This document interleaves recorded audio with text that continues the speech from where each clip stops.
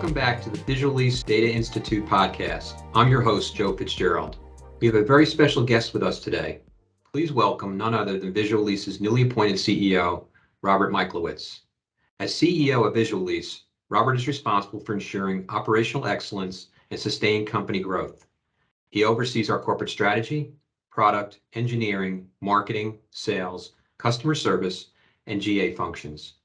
Robert brings over 2 decades of experience in the financial technology sector of Visual Lease. I've asked Robert to join us here today to discuss the newest research from the Visual Lease Data Institute, which was published in July 2022. So let's jump right in. Hello and welcome, Robert. Thanks for joining us.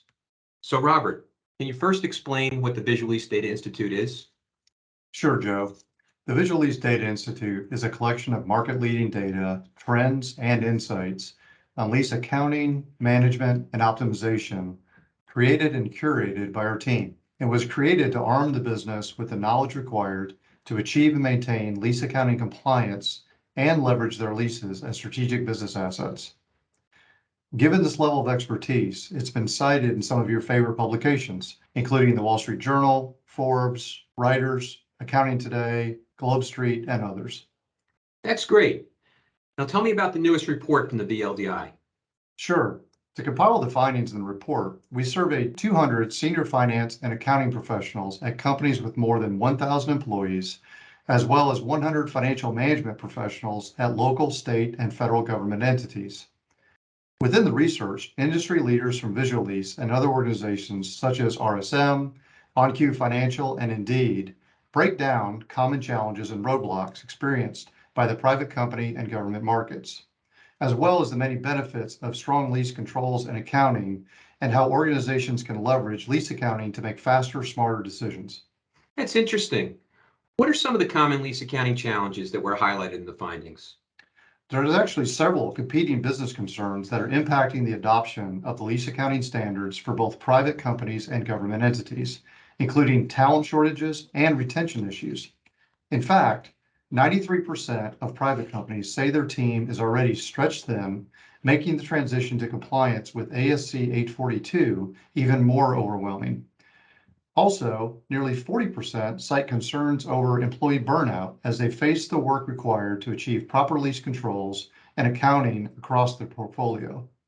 Similarly, 86% of government entities say their team is already stretched thin, making the transition to compliance with GASB 87 even more overwhelming. Once compliant, there's the issue of keeping up with sustained compliance. 33% of private companies ranked knowledge maintenance as a top obstacle to overcome throughout their lease accounting process. Similarly, 31% of government entities ranked knowledge maintenance as a top obstacle that they too had to overcome throughout their lease accounting process. Among other concerns and obstacles are the ongoing effects of the pandemic, facilitating interdepartmental collaboration and coordination, and the development of new processes, policies, and controls. So how can organizations overcome these challenges?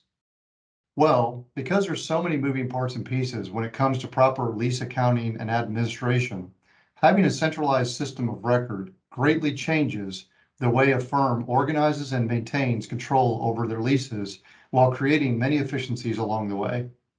In fact, both private companies and government entities have reported that third-party lease accounting software has helped them do several things, including the following. First, replace and streamline essential manual tasks and improve accuracy through automation.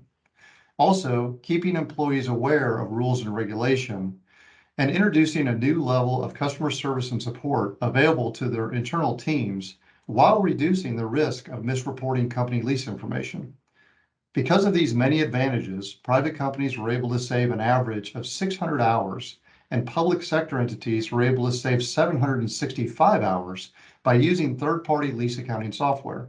But it's important to note that when picking a solution, you should prioritize one that has strong customer support, because we also found that 30% of private companies and nearly 40% of government entities reported adopting new technologies as a leading obstacle in their lease accounting projects. This is why at Visual Lease, we're dedicated to helping our customers throughout the entire implementation process and beyond to ensure they're getting the maximum value out of our software and services. Robert, these are great insights. Any closing thoughts? Yes, really appreciate you having me today, Joe. It was great to share just a few snippets from our newest report.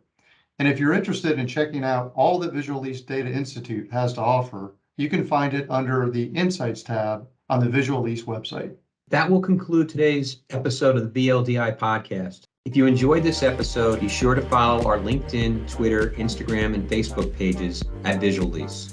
And don't forget to tune into the next episode of the Visual Lease Data Institute podcast, where our focus is on helping you and your company transform your lease accounting compliance requirements into financial opportunities.